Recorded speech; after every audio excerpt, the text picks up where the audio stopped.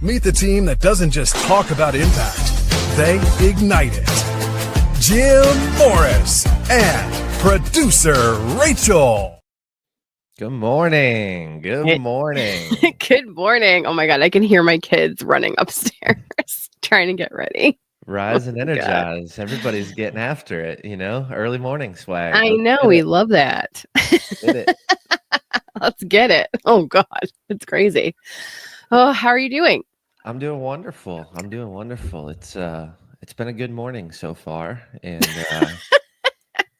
sometimes things don't happen, or you wake up to a text message or an email, and me, I try not to dive into my stuff right when I wake up and give myself time and all that. But I actually got a good text message last night. It was someone thanking me and telling me how much I impacted. That's so nice. So that's what I woke up to, which was nice. Yeah. Well, I got the opposite.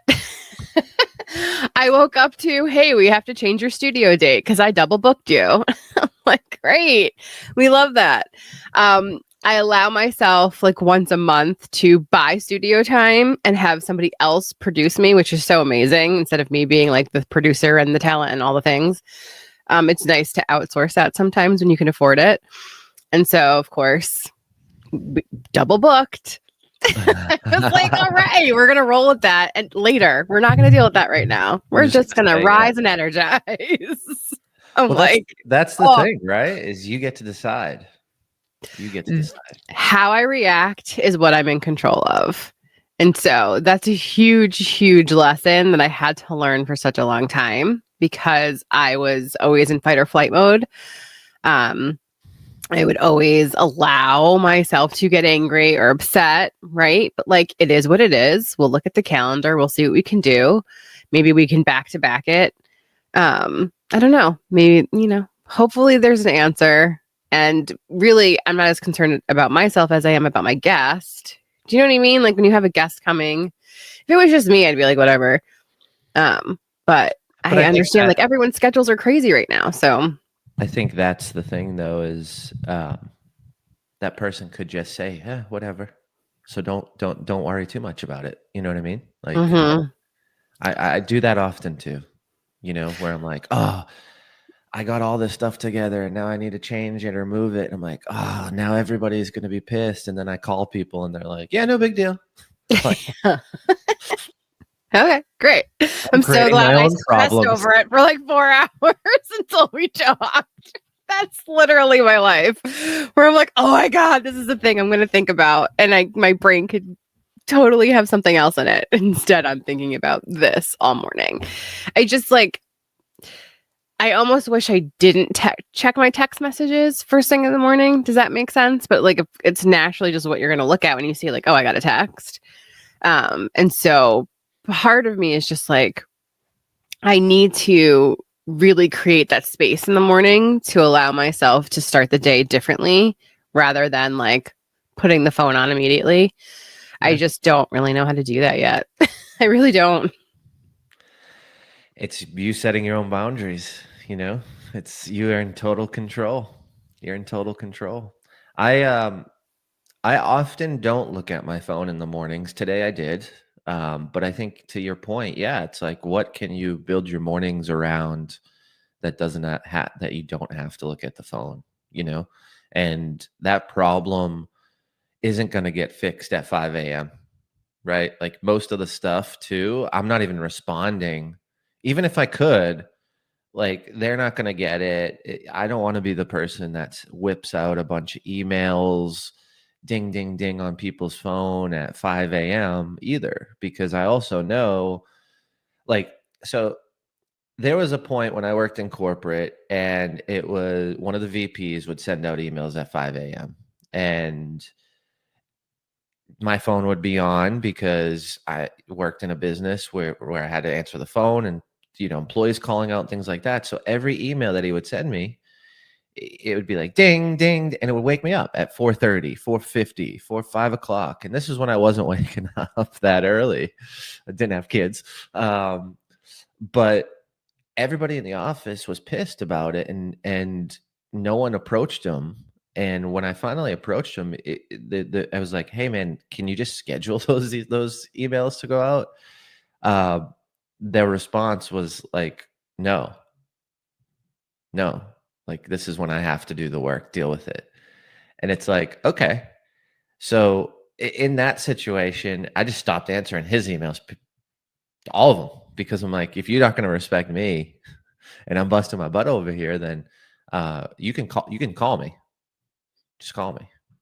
Well, but then then are you causing another issue? Whereas couldn't you just answer it at a certain time or like turn off your notifications?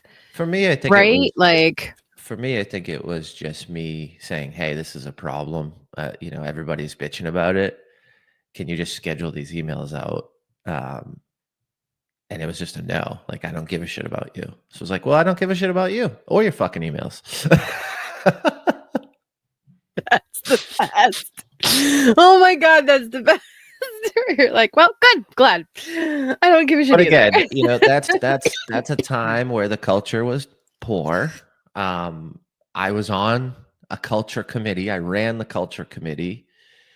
And I was, and when you bring stuff up to people that the executive culture, meaning all the director level and above, are all complaining about something, you try to solve it. That's the response you get, right? And it was one of the reasons why it's like this culture committee is to tell clients we have a culture committee. Like, it's not a real culture committee. No, because the culture saying this sucks, right? When this one person does this, is it possible to change this? And they're like, no, fuck you. Like, it's what a great culture this is. Yeah, this is a great culture. I can't wait to attach my name to the culture committee, culture committee. Oh my God. It's a great concept. Like, I did it in another corporate company and had a lot of influence in it, and with the human connection stuff and relationships, I talk to everybody. I talk to every department.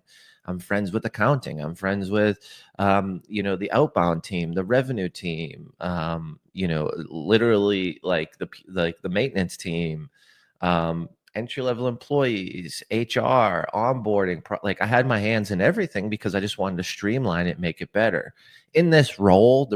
And I think this is really why, the human connection stuff relates so much to my business today, is because when I was in the corporate role, we were always understaffed. Turnover was like 120% at entry level. So I just knew that was miserable. It also, cost the company money, which cuts into my bonuses as well. So there was like personal reason, but also just, I want to work with the same people. I don't want to turn over someone every 30 days, 60 days, 90 days. So I think that was really important as well. And that's why I was so excited to be part of the culture committee, because I do think in any business, any interaction, any relationship, right? Like, we hear first impressions are important. Yeah. Onboarding an employee is important. Day one is important. Interview process before you even get to the contract or signing papers is important.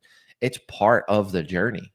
Right. So if you have a poor phone screen, or you have a poor in-person interview, or you have a poor first day, and I've had that, moved all the way from Boston to Nashville. My bed didn't show up. I slept on the floor. I was in the office early to find out that I don't have an office that was promised. 4 managers out of my portfolio didn't exist. I had to hire them and step in for them.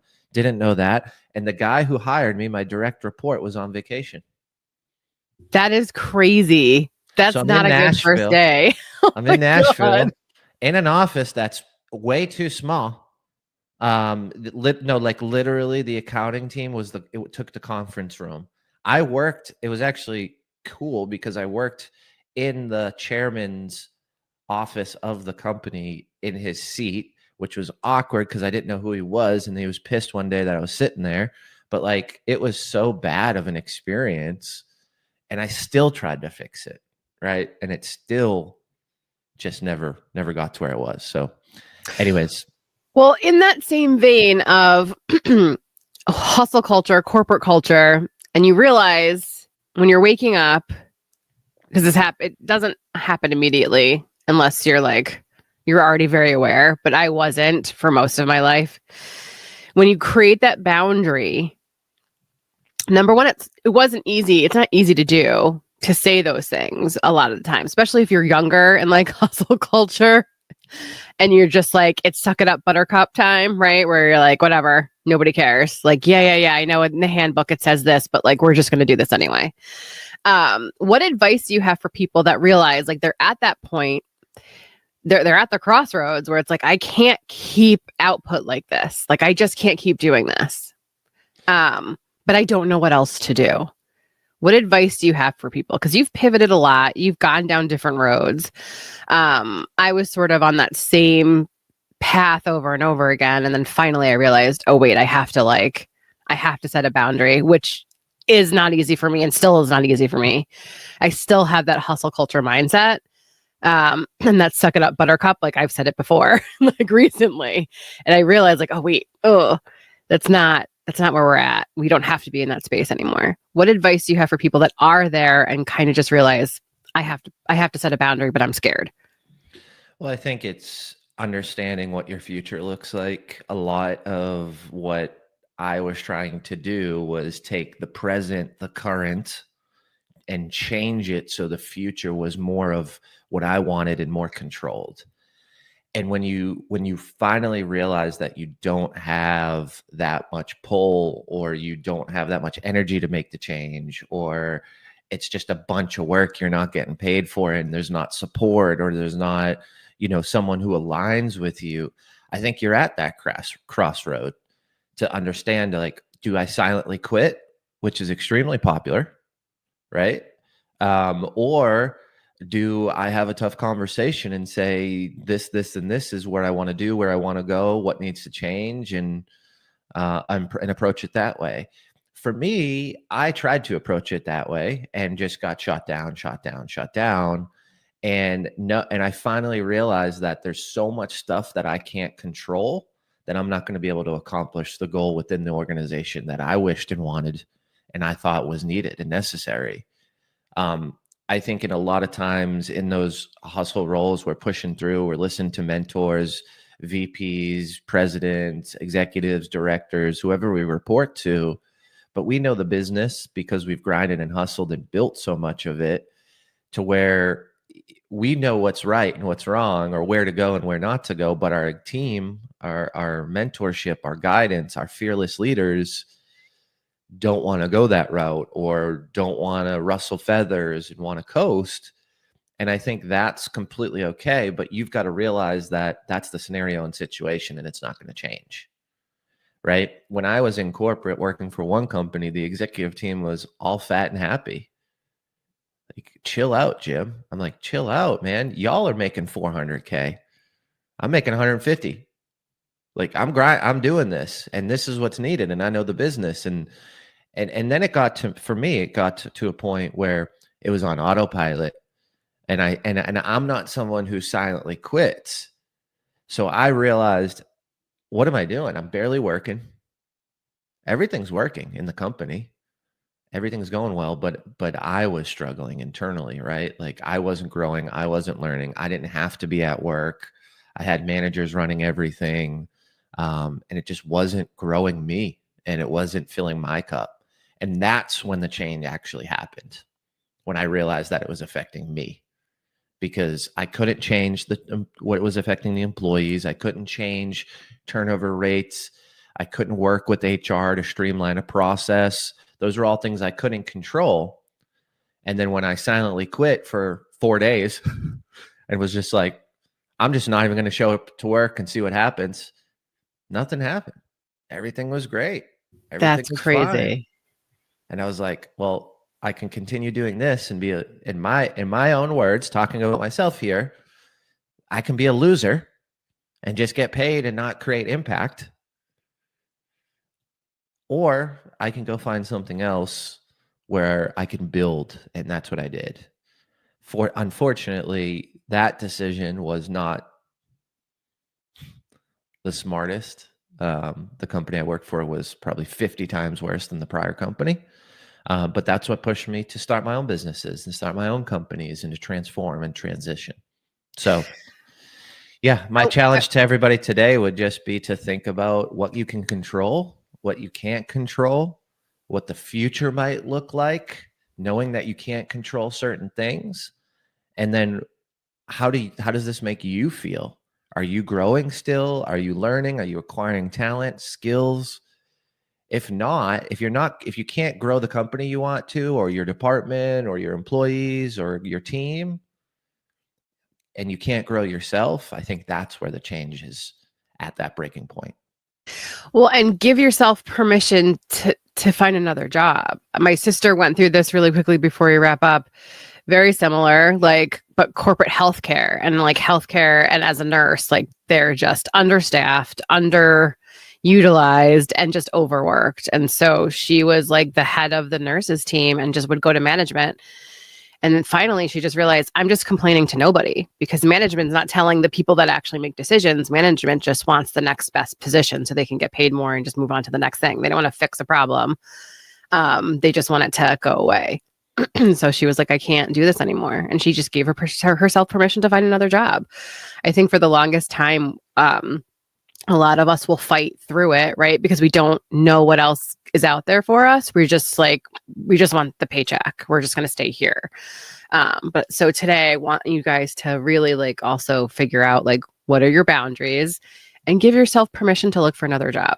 If it really isn't working out, if you really realize okay, I can't do this anymore, it's okay to leave. You don't have to stay. Did Jim leave and go to something that was worse? Yes.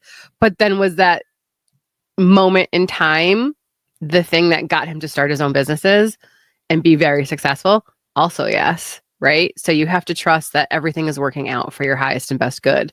And sometimes that choice is not to stay anymore. And that's okay too. I think for the longest time, I just thought oh, this is what we do. And it's not. Toxic hustle culture in that environment where you're just feeling mentally ill is not okay. And you can give yourself the life raft, and that's okay. Have an amazing day, everybody. Have a wonderful day. Thanks for joining us. Have a wonderful day. Thank you for joining us. We'll see you soon. Bye.